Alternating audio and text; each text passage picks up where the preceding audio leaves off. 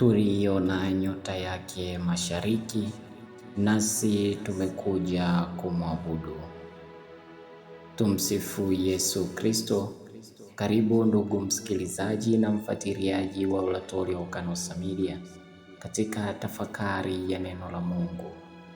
Leo mama kanisa anaadhimisha kwa furaha sikukuu ya Epifania, yaani tokeo au ufunuo wa Bwana wetu Yesu Kristo kwa mataifa yote. Katika sikukuu hii, kanisa linatangaza wazi kwamba Yesu aliyezaliwa Bethlehem si mwokozi wa taifa moja tu, bali ni mwokozi wa ulimwengu mzima. Neno Epifania likiwa na maana ya kufunuliwa au kudhihirishwa. Leo Kristo anajifunua kwa mfano wa mamajusi waliokuja kutoka mashariki wakiongozwa na nyota kumtafuta na kumwabudu mfalme wa Wayahudi. Mamajusi hawa wanawakilisha mataifa yote ya dunia yanayoitwa kuja kwenye nuru ya Kristo.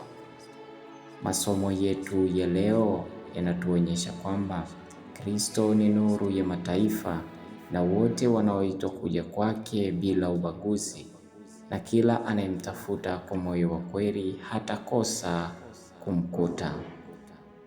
Somo la kwanza linatoka katika kitabu cha Nabii Isaya sura ya 60 aya ya kwanza hadi ya 6.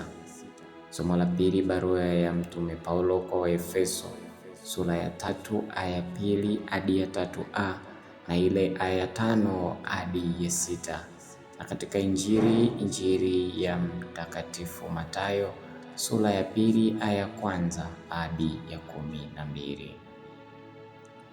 Tumuombe Yesu Kristo, nuru ya mataifa, aweze kuongoza katika nyota ya imani, kutujaza hekima na unyenyekevu, ili maisha yetu yadhihirishe uwepo wake hapa ulimwenguni. Ndugu zangu wapendwa, tumsifu Yesu Kristo. Basi ninayo furaha kubwa tena kualika siku hii ya leo katika tafakari yetu ya neno la Mungu. Leo tunapoadhimisha Dominika ya tokeo la Bwana au Epifania.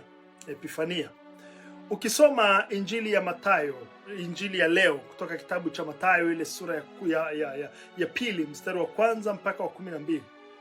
Wanatajwa pale mamajusi wa mashariki, kutoka mashariki, ambao hawa tunaambiwa walikwenda na zawadi wakiongozwa na ile nyota, na walikwenda kwa ajili ya kwenda kumwabudu Bwana. Hao mamajusi kama vile walivyobeba zawadi wakaenda nazo ili kumwabudu Bwana. Ujumbe wetu wa leo nataka nikuulize kwamba wewe umebeba nini? Wewe umebeba nini? Na ili tuelewe vizuri, ningependa nianze kueleza kwanza kwa kifupi hawa mamajusi ni akina nani, au hawa mamajusi ni nani? Tunaposikia mamajusi kutoka mashariki, hawa ni nani? Wajua, mamajusi hawa walikuwa ni wale wenye hekima kutoka mashariki. Na tunapozungumza mashariki, nazungumzia maeneo ya Babeli, maeneo ya Uajemi na maeneo ya Arabi.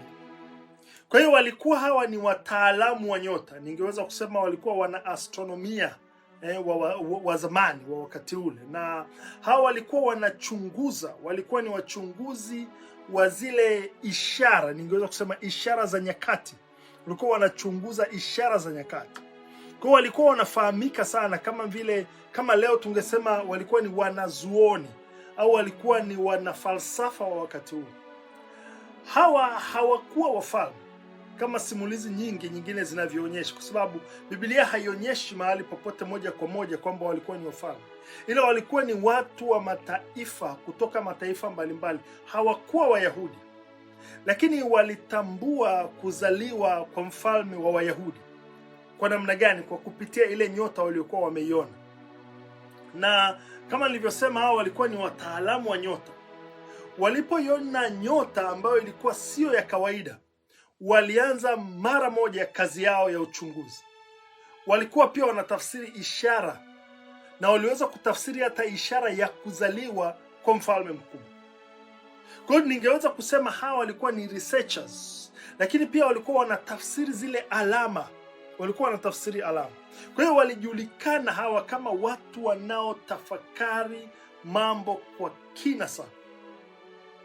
Hawa mamajusi walikuwa ni watu waliokuwa wanatafutwa na wafalme kwa ajili ya ushauri. Kwa mfano, unakumbuka wale kwenye enzi zile, kwenye wale wa Babeli, kwenye enzi za Daniel, walikuwa wanatafutwa kwa ajili ya kwenda kuwashauri wafalme. Sasa hawa walikuwa wanatafuta ukweli, walikuwa wanatafuta ukweli wa Mungu, maana bila shaka walishasoma na bila shaka walishafanya uchunguzi baada ya kusoma kuhusu utabiri wa manabii kama Isaya. Kwa hiyo walikuwa wanafanya uchunguzi, na ukitazama safari yao hiyo ndefu inaonyesha kabisa walikuwa na ile hamu ya kumpata Masiha. Walikuwa na ile hamu ya kukutana na Masiha, wamuone huyu mtoto Yesu, wamuone huyu Masiha. Na tunaambiwa walipofika pale walimwabudu Yesu. Kwa hii inaonyesha walikuwa ni watu wa ibada pia. Walikuwa ni watu wanafuatilia pia mambo ya kiroho. Sasa kazi kubwa walioifanya ilikuwa ni kuleta ushuhuda kwa mataifa. Walikuwa ni kuleta ushuhuda kwa mataifa, kwa sababu kupitia wao tunaona kabisa kwamba Yesu hakuzaliwa tu kwa ajili ya Wayahudi peke yao. Hapana, lakini kupitia wao wanaujulisha ulimwengu kwamba Yesu alizaliwa kwa ajili ya ulimwengu wote. Kupitia wao tunaona jinsi Mungu anawafikia hata wale walio nje ya Israeli, hata wale walio nje ya Uyahudi. Kwa hiyo tunaadhimisha kule Yesu kujidhihirisha kwa mataifa, lakini pia Yesu tunakutana naye kila siku, anajidhihirisha kwa namna mbalimbali kwenye maisha yetu. Lakini tunapoadhimisha tokeo la Bwana, ni Yesu anajidhihirisha kwa mataifa mengine nje ya Wayahudi, kwa mataifa mengine tena. Unajua, Yesu kama nilivyosema, anaweza kuja kwetu kwa namna mbalimbali. Anaweza kuja kwetu kama mtoto, anaweza kuja kwetu kama maskini. Yesu anaweza kuja kwetu kama mzee, anaweza kuja kwetu kama kijana. Lakini kwa namna ya pekee anakuja kwetu katika maandiko matakatifu. Kwa namna ya pekee anakuja kwetu katika Ekaristi takatifu na katika sakramenti nyingine za kanisa. Sasa swali ninalotaka tujiulize, je, anapojidhihirisha kwetu tuko tayari kumpokea? Je, tunampokea? Sasa tukumbuke, leo anataka ajionyeshe kwako, ajionyeshe kama alivyojionyesha kwa wale mamajusi. Swali linakuja ni hilo, je, tuko tayari kumpokea? Sasa yako mambo machache kama 8 ningetaka kuzungumza kwa ufupi sana kutokana na masomo ya leo, ujumbe ambao tunapewa katika siku ya leo. Jambo la kwanza, Mungu anataka tumuone Yesu. Mungu anataka tumuone Yesu, lakini pia Mungu anataka watu wamuone Yesu. Wamuone Yesu kupitia mimi, kupitia wewe. Kwa hiyo sio tu sisi kumuona, lakini kiu ya Mungu ni kwamba watu wamuone Yesu, watu wamfahamu Yesu kupitia mimi, kupitia wewe. Hivi kwa mfano nikuulize, hivi watu wakikuona huwa wanaona nini? Au umeshajiuliza, hivi watu wakiniona hivi wanamuona Yesu? Watu wakikuona hivi wanamuona Yesu? Ukisoma somo la kwanza kutoka kwa nabii Isaya, nabii Isaya anazungumza, anasema ondoka uangaze. Ndugu zangu, mimi na wewe tuliomuona mtoto Yesu akizaliwa, juzi tu tumesherehekea kuzaliwa kwa mtoto Yesu, tunaalikwa tukawe mwanga wa mataifa. Na ndio maana Isaya anatupa ujumbe huu kwamba ondoka uangaze. Kama Yesu yupo ndani yako, basi utakuwa mwanga. Kama Yesu tupo ndani yetu, tutakuwa mwanga. Na unajua, kazi ya mwanga si kitu kingine. Kazi ya mwanga ni kuangaza. Sasa kama mwanga hauwezi kuangaza, hatuwezi kuita mwanga. Kama mwanga hauangazi, unapoteza ile sifa ya kuwa mwanga. Sasa kazi yetu sisi kama Wakristo, ndugu zangu, ni kuangaza. Unakumbuka katika ubatizo, tulipewa mwanga, tulipewa mshumaa mwanga, tukaambiwa tukawe mwanga, tuangaze, watu wengine waone kupitia sisi. Kwa hiyo kule kuwaangaza watu kuna wavuta watu waje kwa Mungu, na Mungu anachotaka ni sisi tuwavute watu kuja kwake. Kwa hiyo kila mmoja wetu ajiulize hivi, ili ni swali ambalo kila mmoja wetu ajiulize, hivi watu wakiniona wanamuona nani? Wanamuona Yesu? Nabii Isaya anatualika tuwe baraka, lakini pia tuwavute watu kwa Yesu. Hilo ni jambo la kwanza. Lakini jambo la pili ambalo ninaamini tunakumbushwa leo, jambo la pili, tunakumbushwa kwamba sisi ni nyota ya kuwaongoza watu kwa Yesu. Sisi ni nyota ya kuwaongoza watu kwa Yesu. Tunafahamu na tumesoma hawa mamajusi hao kutoka mashariki waliongozwa na nyota mpaka kumfikia mtoto Yesu pale alipo. Ndugu zangu, mimi na wewe tunaitwa leo kuwa nyota ya kuwafikisha wengine kwa Yesu. Mamajusi walikuwa ni wataalamu wa nyota, ila hii nyota walioiona ilikuwa ni nyota ya tofauti sana, wakaamua kuifuata. Bila shaka walikuwa wanaonaga nyota nyingi kwenye uchunguzi wao, lakini walipofika ile siku wakaona hii nyota, hii nyota ni ya tofauti, kwa hiyo wakaamua kuifuata. Lakini tunaambiwa badala ya kwenda Bethlehem walienda Yerusalemu. Huenda walifikiri mfalme atazaliwa Yerusalemu, kwenye mji mkuu.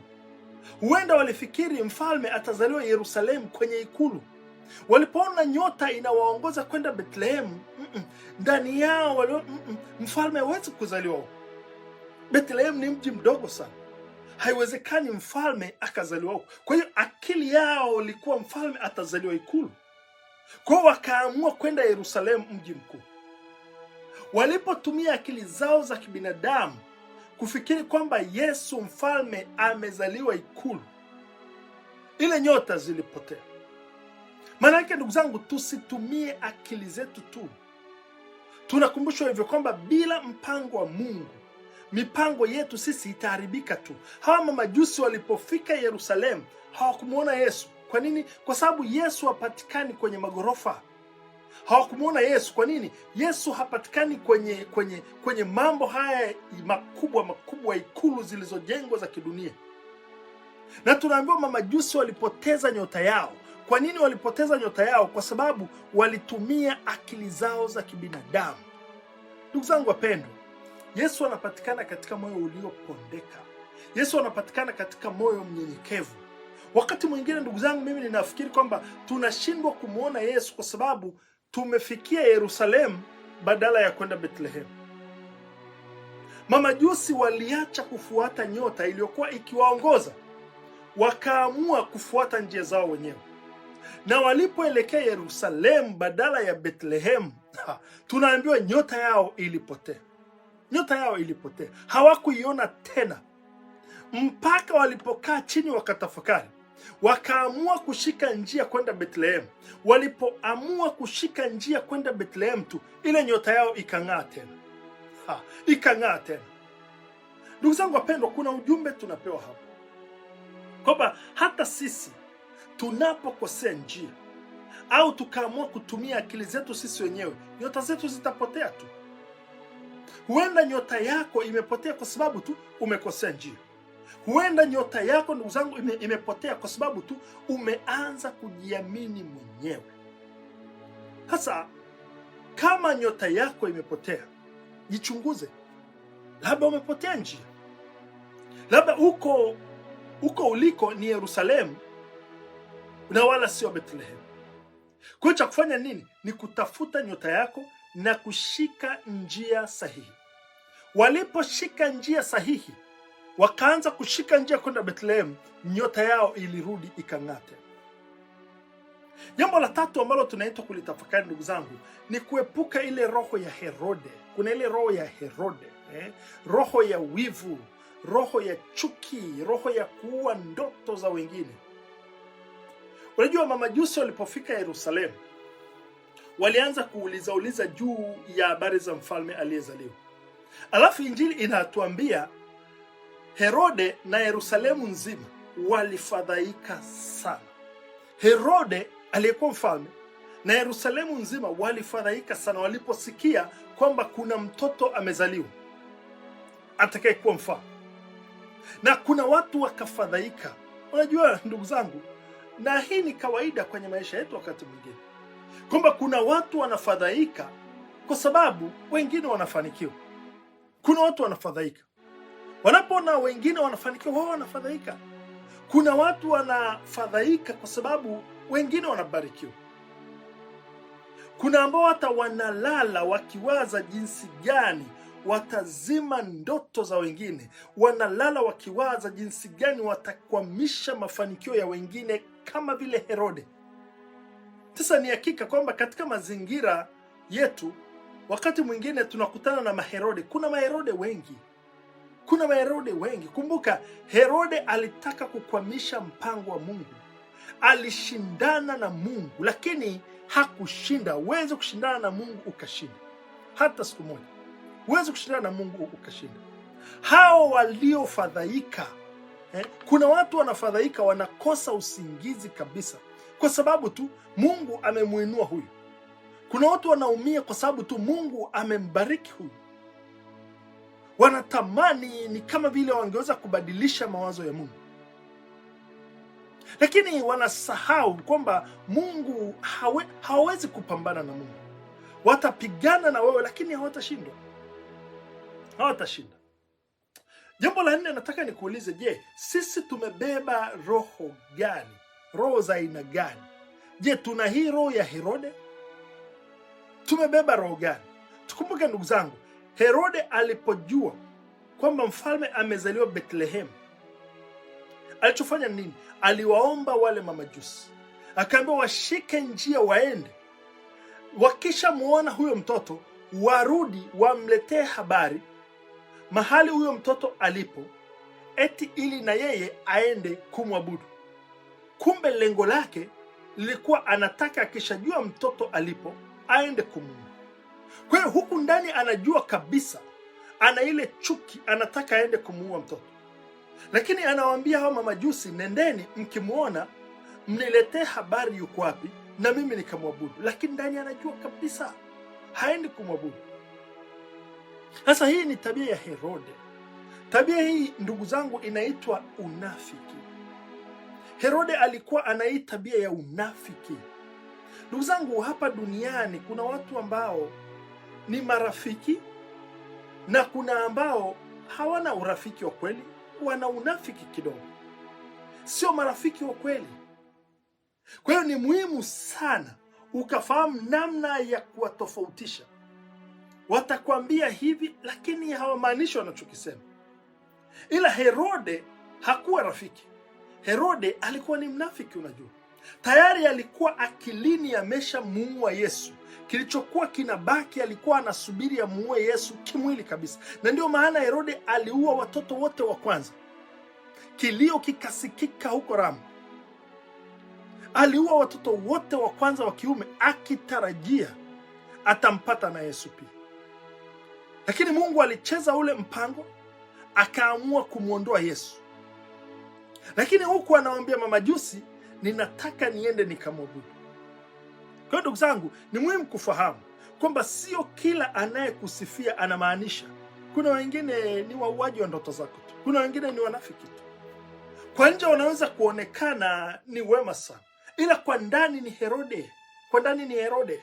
Kuna watu ambao wameshaua ndoto zako akilini siku nyingi sana, wanashindwa tu namna gani wataziuaje kivitendo. Kwa hiyo ni lazima kuwa makini sana. Tunao watu ambao wanaonekana kwa nje labda ni wazuri sana, wanaongea vizuri sana, lakini hata Herode alionekana anaongea vizuri sana, lakini ndani yake alikuwa tayari ameshamaliza huyu.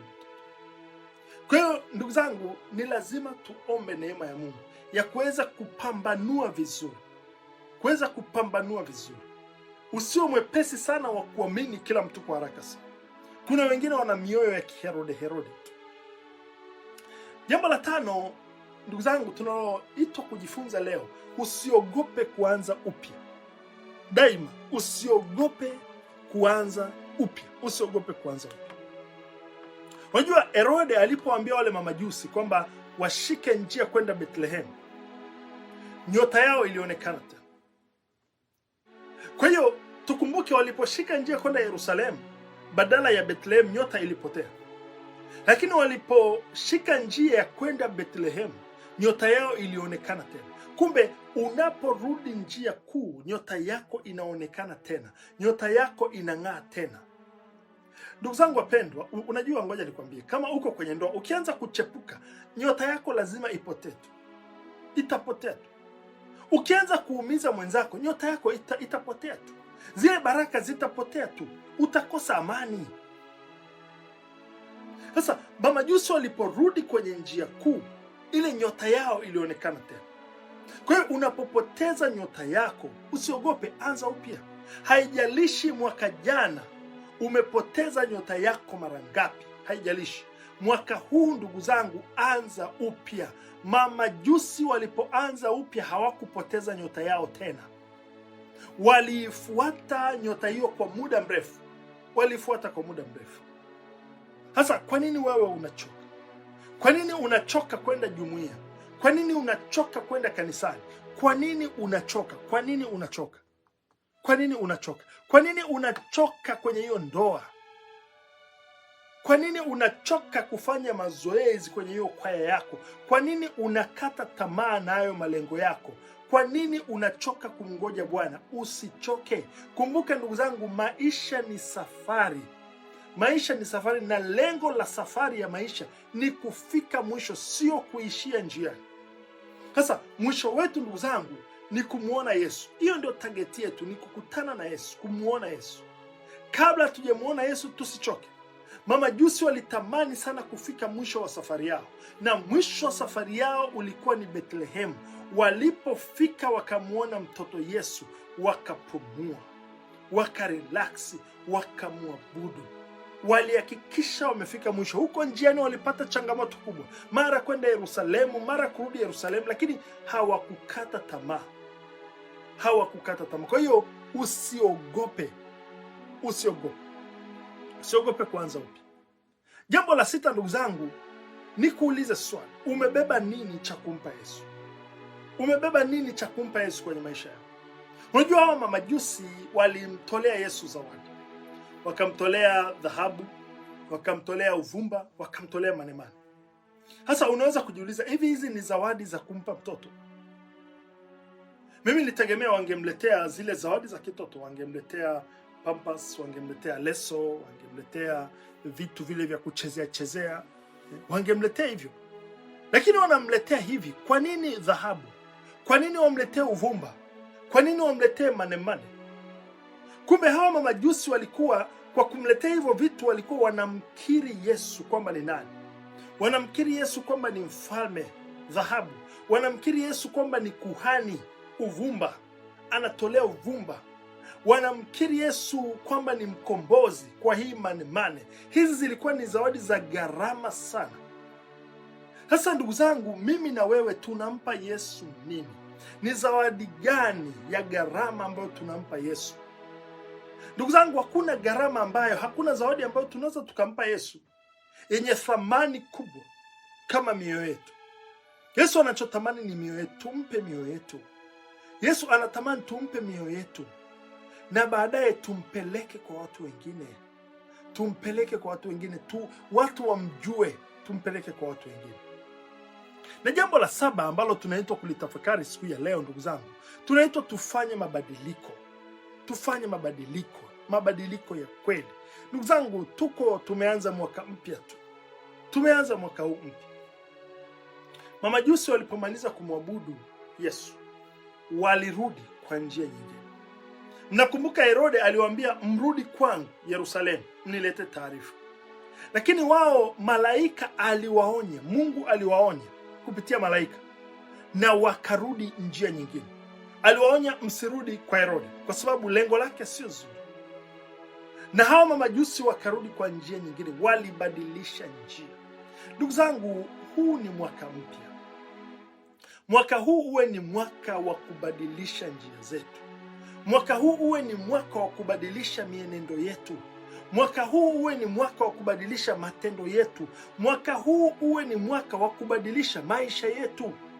Njia zako za mwaka jana zilikuwaje? Jiulize, zilikufikisha wapi? Kama zilikuwa mbaya, badilisha kama mamajusi walivyobadilisha njia. Walionywa wasirudi njia hiyo kwenda kwa Herode, na hawa, mimi ninamshukuru Mungu kwamba hawakupuuza maonyo, waliamua kuchukua njia ya Mungu. Ndugu zangu wapendwa, mwaka huu unachagua njia gani? Je, unachagua njia ya Herode au unachagua njia ya Mungu? Unachagua njia gani? Njia ya Herode ilikuwa ni ya kwenda kumwangamiza mtoto Yesu. Njia ya Mungu ilikuwa ni ya kumlinda mtoto Yesu. Ndugu zangu, wewe unachagua njia gani? Unachagua njia gani? Njia ya kuumiza familia yako au ya kujenga familia yako? Unachagua njia gani? Kumbuka, njia ya Herode inaangamiza, njia ya Mungu inaokoa. Ndugu zangu, mwaka huu hebu Mungu akuonyeshe njia iliyo salama, njia ambayo unaweza kuifuata wewe, njia ambayo inaweza kuisaidia familia yako na ukavuka ukawa na mafanikio. Jiulize ndugu zangu, njia ulionayo itakufikisha wapi? Namna unavyoishi, je, hiyo namna inampa Mungu utukufu? Inaleta baraka kwenye familia yako? Inaleta baraka kwenye ndoa yako? Kwa nini usifike mahali ukasema naanza upya? Bado hujachelewa. Bado hujachelewa. Amua, anza upya. Rudi kwa njia nyingine. Usiende kwa njia ile ile. Maana yake ondoa ile hali ya mazoea, kuishi kwa mazoea kwenye maisha yako. Kati ya kitu ambacho kinatukwamisha wengi ni kuishi kwa mazoea.